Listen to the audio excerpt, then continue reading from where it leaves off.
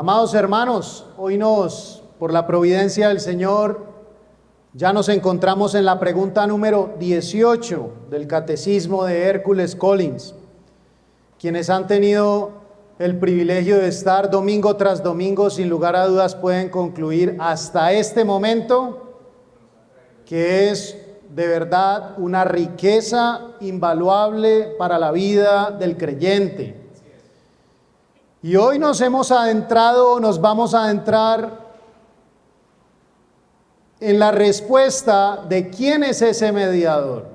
Desde la pregunta 3 hasta la pregunta 11 se ha tratado el tema de la miseria del hombre, la condición del hombre. Y a partir de la pregunta número 12 nos hemos adentrado, como ustedes han visto, en ese mediador. Un mediador que debe ser verdaderamente hombre, pero también debe ser verdaderamente Dios. Y hoy la pregunta número 18 pregunta, ¿y quién es ese mediador que en una misma persona es a la vez verdadero Dios y verdadero hombre, perfectamente justo? Y el catecismo responde: nuestro Señor Jesucristo, el cual nos ha sido hecho por Dios sabiduría, justicia, santificación y redención. Nuestro Señor Jesucristo. El conocido historiador de la Iglesia, Jaroslav Pelikan, comienza un libro escrito por él que se llama Jesús a través de los siglos, con un comentario sobre la importancia histórica de Jesucristo. Y él dice: independientemente de lo que cualquiera pueda pensar o creer personalmente sobre él, sobre Jesucristo, Jesús de Nazaret ha sido la figura dominante en la historia de la cultura durante siglos. Y esta observación, mis hermanos, de ninguna manera es una hipérbole, porque incluso hasta el día de hoy, por ejemplo, una gran parte de la población sigue dividiendo la historia mundial en antes de Cristo y después de Cristo, en referencia al nacimiento de Jesús. La persona de Cristo está en el centro de las Escrituras. La persona de Cristo está en el centro mismo de toda la revelación de las Escrituras, que revelan el propósito y el plan de Dios para la humanidad y el resto de la creación. La misma palabra de Dios declara, mis hermanos, que Jesucristo es el centro, la trama y cumplimiento de las promesas dadas por los profetas del antiguo pacto. Matthew Barrett dice: Cristo no es simplemente otra revelación de Dios, sino que es la revelación divina, personificada y encarnada. Es el arquetipo. Cristo mismo entendió y enseñó que tanto las Escrituras como el plan de Dios son cristocéntricas. Recordemos, mis hermanos, cuando Jesús reprendió a aquellos discípulos que iban camino a Emaús por no creer todo lo que los profetas habían dicho acerca de su identidad. ¿No era necesario que el Cristo padeciera estas cosas y que entrara en su gloria? Y comenzando desde Moisés y siguiendo por todos los profetas, les declaraba en todas las Escrituras lo que de él decían. Lucas 24, 26, 27. Incluso Jesús confrontó a los líderes religiosos por no identificarlo como la meta misma de la revelación de Dios. Escudriñad las Escrituras, le dijo Jesucristo a los fariseos. Escudriñad las Escrituras porque a vosotros os parece que en ellas tenéis la vida eterna. Y ellas son las que dan testimonio de mí. Y no queréis venir a mí para que tengáis vida. Juan 5, 39, 40. Ahora, abramos un paréntesis. Cuando el Señor Jesucristo dice, escudriñad las Escrituras a los fariseos, no es como si estuviera puesto de un lado Jesús y del otro lado los fariseos a ver quién gana la disputa. No, en realidad los fariseos conocían muy bien las Escrituras y el Señor Jesucristo les está diciendo, ustedes que son estudiosos de las Escrituras, ustedes que conocen muy bien las Escrituras, pues ellas son las que dan testimonio de mí. Y no queréis venir a mí para que tengáis vida. Jesús sabía que Él era el único camino a la vida con Dios. Juan 17:3. Y esta es la vida eterna, que te conozcan a ti, al único Dios verdadero, y a Jesucristo, a quien has enviado. En Efesios, Pablo explica que en Cristo Dios ha dado a conocer su voluntad eterna, dándonos a conocer el misterio de su voluntad según su beneplácito, el cual se había propuesto en sí mismo de reunir todas las cosas en Cristo, en la dispensación del cumplimiento de los tiempos, así las que están en los cielos como las que están en la tierra. Efesios 1, 9 y 10. ¿Y por qué he iniciado diciendo esto, mis hermanos? Porque si se malinterpreta o si se distorsiona la identidad o la persona de Cristo, todo el conjunto de convicciones teológicas se van a distorsionar y colapsarás en el error. Stephen Wellum dijo, entender correctamente a nuestro Señor Jesucristo es entender el corazón del plan del Dios Trino, las Escrituras y el Evangelio mismo. Así que, mis hermanos, este es un tema de vida o muerte. Esto no es un tema meramente académico, porque en medio del pluralismo y el escepticismo moderno que estamos viviendo es necesario que como iglesia recordemos una y otra vez que solo hay un único mediador entre Dios y los hombres, Jesucristo, hombre. Hoy afirmar que Jesucristo es plenamente Dios y plenamente humano y que es el único Señor y Salvador, se suele ver con alguna sospecha en algunos lugares. Pero mis hermanos, Jesucristo es Dios, el Hijo encarnado, el Verbo eterno encarnado, una sola persona que subsiste y actúa a través de una naturaleza humana y de una naturaleza plenamente divina. El autor de la carta a los Hebreos dice, Jesucristo es el mismo ayer, hoy y por los siglos. Hebreos 13, del 8 al 9. Y en el versículo 9 sigue diciendo, no os dejéis llevar de doctrinas diversas y extrañas, porque buena cosa es afirmar el corazón con la gracia, no con viandas que nunca aprovecharon a los que se han ocupado de ellas. Y la pregunta que debemos hacernos es, ¿quién decimos nosotros que es Jesús? ¿Quién decimos nosotros que es Jesús? ¿Quién es este Jesús? ¿Quién es el que nace hijo de David, hijo de Abraham? ¿Quién es el que anuncia arrepentidos porque el reino de los cielos se ha acercado? ¿Quién es el que resiste toda tentación del diablo? ¿Quién es el que manda el viento y al agua y convierte el agua en vino? ¿Quién es el único que puede perdonar pecados? ¿Quién es el que resucita a los muertos y resucita del sepulcro? Incluso él mismo preguntó a sus discípulos, ¿quién dice la gente que es el Hijo del Hombre?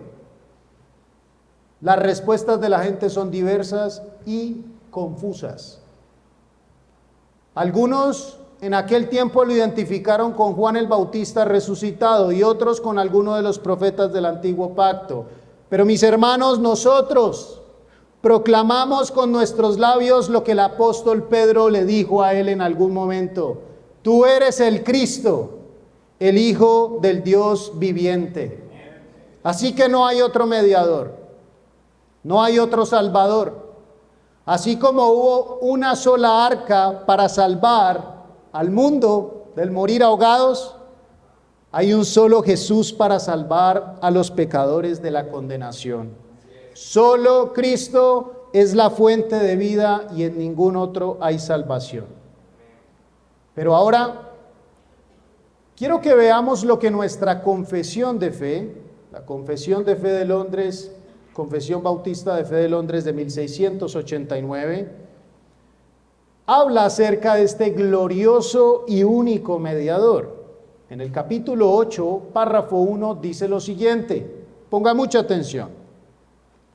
Agradó a Dios en su propósito eterno escoger y ordenar al Señor Jesús, su Hijo unigénito, conforme al pacto hecho entre ambos, para que fuera el mediador entre Dios y el hombre. Escucha, el profeta, sacerdote y rey, la cabeza y el salvador de su iglesia, el heredero de todas las cosas y juez del mundo, a quien dio desde toda la eternidad un pueblo para que fuera su simiente y para que fuera redimido, llamado, justificado, santificado y glorificado por medio de él en el tiempo.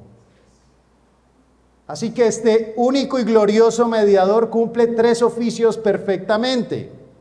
Y el párrafo 9 de la confesión de fe va a decir: este oficio de mediador entre Dios y el hombre es propio únicamente de Cristo, quien es el profeta, sacerdote y rey de la iglesia de Dios. Escucha, no puede ser transferido de él a ningún otro, ni en su totalidad ni en parte alguna. El Cristo o el Mesías significa el ungido. Y esto de inmediato, mis hermanos, nos traslada al antiguo pacto, porque en el antiguo pacto habían tres tipos de personas que eran ungidas bajo la ley: los profetas, los sacerdotes y los reyes. Profetas como Jehú, sacerdotes como Aarón, reyes como David. Y estos tres oficios se cumplen perfectamente en Cristo, quien fue ungido para cumplir los tres: profeta, sacerdote y rey. De allí que Isaías diga lo siguiente. Vamos todos a Isaías 61, versículo 1.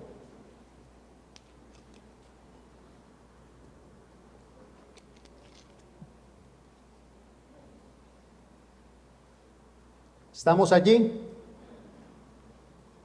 Isaías 61, versículo 1. Dice así la palabra de Dios: el Espíritu de Jehová, el Señor, está sobre mí, porque me ungió Jehová, me ha enviado a predicar buenas nuevas a los abatidos, a vendar a los quebrantados de corazón, a publicar libertad a los cautivos y a los presos, apertura de la cárcel. Y este texto, mis hermanos, es el mismo que el Señor Jesucristo citó haciendo referencia a él mismo. Vamos a Lucas 4, versículo 16 al 21. Lucas 4, versículo 16 al 21. ¿Ustedes recuerdan lo que ha acontecido antes de Lucas 4? Antes de este acontecimiento, puede notarlo fácilmente. Jesús viene del desierto en el poder del Espíritu. Y mire lo que dice en el versículo 16. Vino a Nazaret, donde se había criado, y en el día de reposo entró en la sinagoga, conforme a su costumbre. E imagínate esto. Y se levantó a leer. Mis hermanos, estamos hablando del Señor Jesucristo. y se le dio el libro del profeta Isaías. Y habiendo abierto el libro, halló el lugar donde estaba escrito: el Espíritu del Señor está sobre mí, por cuanto me ha ungido para dar buenas nuevas a los pobres. Me ha enviado a sanar a los quebrantados de corazón, a pregonar libertad a los cautivos y vista a los ciegos, a poner en libertad a los oprimidos, a predicar el año agradable del Señor. Versículo 20. Y enrollando el libro, lo dio al ministro y se sentó. Y los ojos de todos en la sinagoga estaban fijos en él. Y comenzó a decirles: hoy se ha cumplido esta escritura delante de vosotros. Glorioso. Thomas Boston dice, y lo resume muy bien, en cuanto a estos tres oficios del Señor Jesucristo, de la siguiente manera: por nuestra ignorancia, desconocemos cuál es el camino para regresar a Dios. Por lo tanto, Cristo como nuestro profeta nos tiene que enseñar. No podemos mirar a Dios cara a cara por estar cargados de culpa. Por lo tanto, Cristo como sacerdote tiene que hacer expiación y quitar la culpa.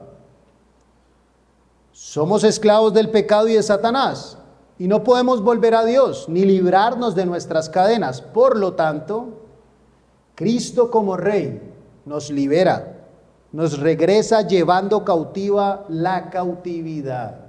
Como profeta, da luz al ciego. Como sacerdote, el mérito. Y como Rey, poder. Estos tres oficios, mis hermanos, podríamos ahondar en ellos. Y de hecho, el pastor Pablo, en la serie de Romanos, predicó de cada uno de estos temas un sermón para cada uno. Si usted quiere ahondar en el tema, lo invito para que visite el canal de la iglesia local. Sin embargo, el oficio profético, en cuanto al oficio profético de nuestro Señor Jesucristo, Cristo es el alivio que tenemos contra la ignorancia y la ceguera de nuestra mente. Él nos ablanda por medio de su Espíritu cuando recibimos su palabra.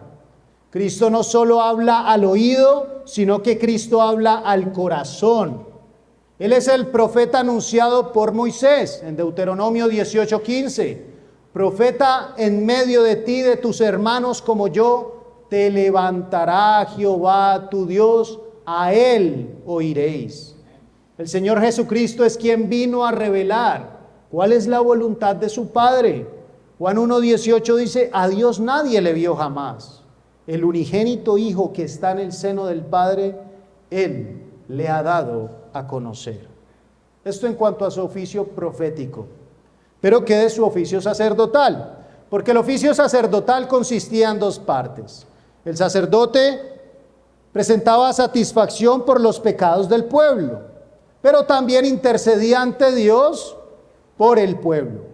Satisfacía el pecado, satisfacía los pecados del pueblo por medio del sacrificio, pero también intercedía delante de Dios por ese pueblo.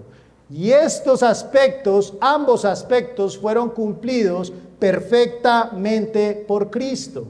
Escucha con atención lo que dice el autor de la carta a los Hebreos, en el capítulo 4, versículo 14 al 16. Por tanto, teniendo un gran sumo sacerdote que traspasó los cielos, Jesús, el Hijo de Dios, retengamos nuestra profesión. Porque no tenemos un sumo sacerdote que no pueda compadecerse de nuestras debilidades, sino uno que fue tentado en todo según nuestra semejanza, pero sin pecado. Acerquémonos pues confiadamente al trono de la gracia para alcanzar misericordia y hallar gracia para el oportuno socorro. Mis hermanos, los sacerdotes del antiguo pacto ofrecían corderos de sacrificio. En cambio, nuestro sumo sacerdote, Cristo, se ofreció a sí mismo. Aquellos ofrecían la sangre de los toros, los sacerdotes del antiguo pacto. Cristo ofreció su propia sangre. Aquellos ofrecían muchos sacrificios. En cambio, Cristo, un solo sacrificio y perfecto. Y en cuanto a su intercesión, su satisfacción se cumplió por medio de su muerte. El Señor Jesucristo dijo, consumado es, consumado es. Pero la intercesión de este sumo sacerdote mediador se cumple mayormente en el cielo. Cristo sigue intercediendo en este instante por su iglesia. Por la primera compró nuestro perdón,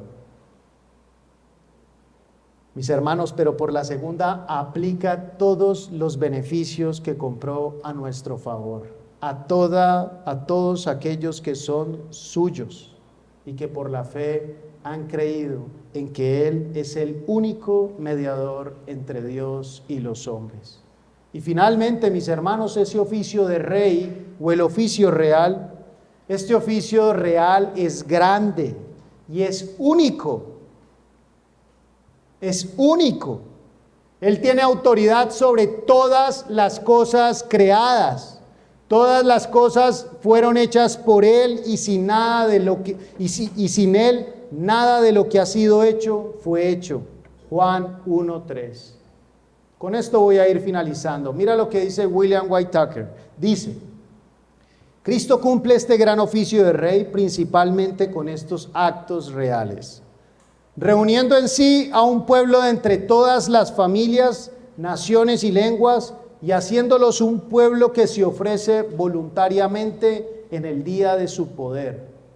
Esto está en el Salmo 110. También ofrece este oficio real gobernando a ese pueblo con leyes ordenadas por él mismo.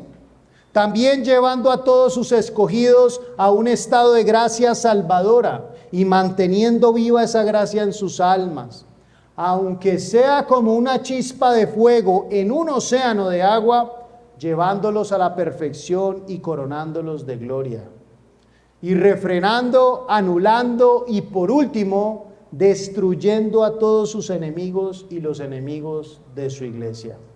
Cristo cumple perfectamente estos tres oficios: profeta, sacerdote y rey. Qué glorioso mediador tenemos, mis hermanos. El único mediador entre Dios y los hombres, Jesucristo hombre. Pero el catecismo finaliza diciendo: el cual nos ha sido hecho, ¿por quién? Por Dios. El cual, este mediador, nos ha sido hecho por Dios, sabiduría, justicia, santificación y redención. Acompáñame a 1 Corintios 1, 30, 31.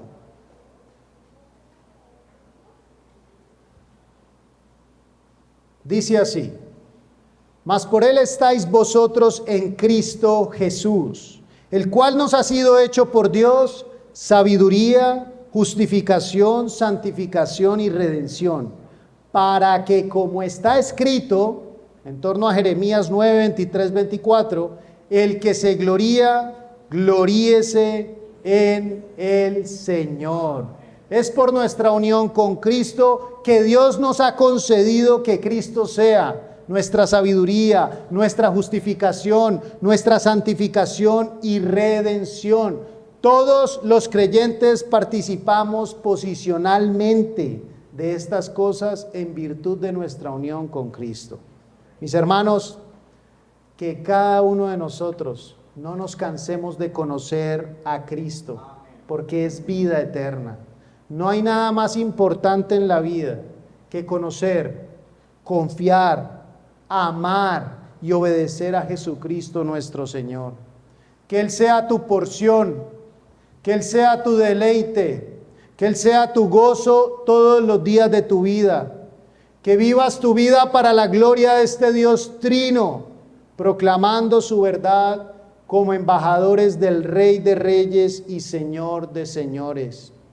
Que Cristo Jesús nuestro Señor, Dios Hijo encarnado, reciba toda la alabanza y la gloria porque es digno.